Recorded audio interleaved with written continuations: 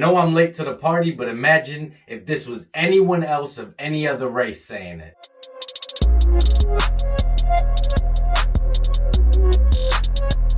Hey, what's up? Welcome again to Kyle's Take. I'm sure by now everyone has heard about this Nick Cannon interview with Professor Griff that eventually ended up in him being fired from Viacom.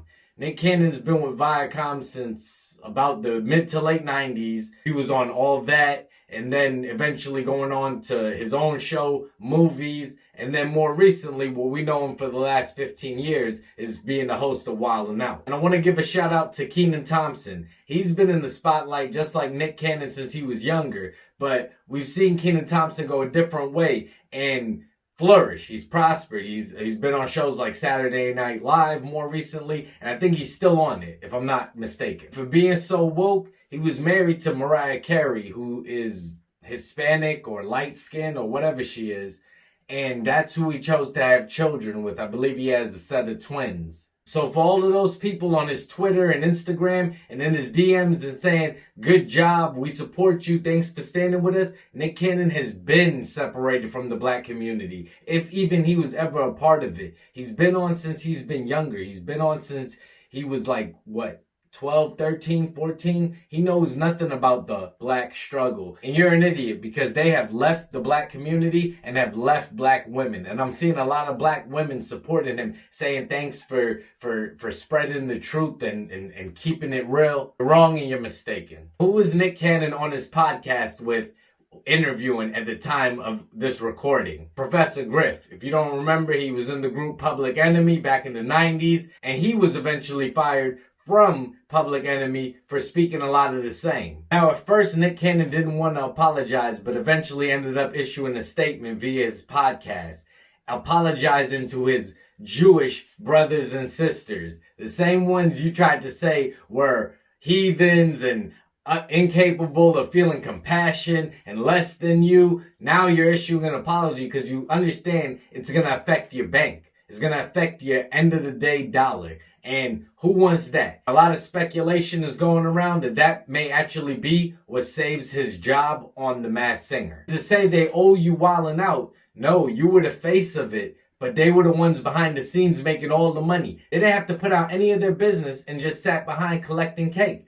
I mean, what better is that? Passive income, right? But to me, racism is racism, bruh. You can't get on and one person of one race is saying the same thing another person of another race is saying, and we're only mad at one person because he's white, and we don't care because the other person is black, Hispanic, Asian, whatever you want to call it. We can't do that. That's all the way backwards. And I'm seeing people in the comments just like, yes, we stand with you, fist emoji.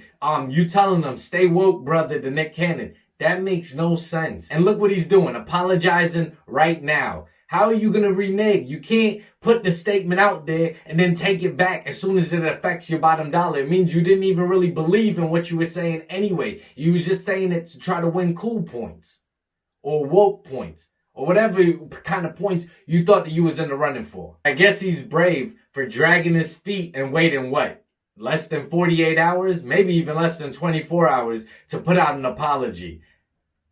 It makes no sense. Why say it? Why are you willing to put the information out there and say this and then not back it up, not stand behind your word? Once again, black men looking weak. Once again, giving more people ammunition to say things about us. Thanks, Nick Cannon. That's why I'm Team Chappelle and I'm not Team Hart. Because Chappelle says what he says. He said what he said back in the day on his show, and he stood behind it. He was canceled.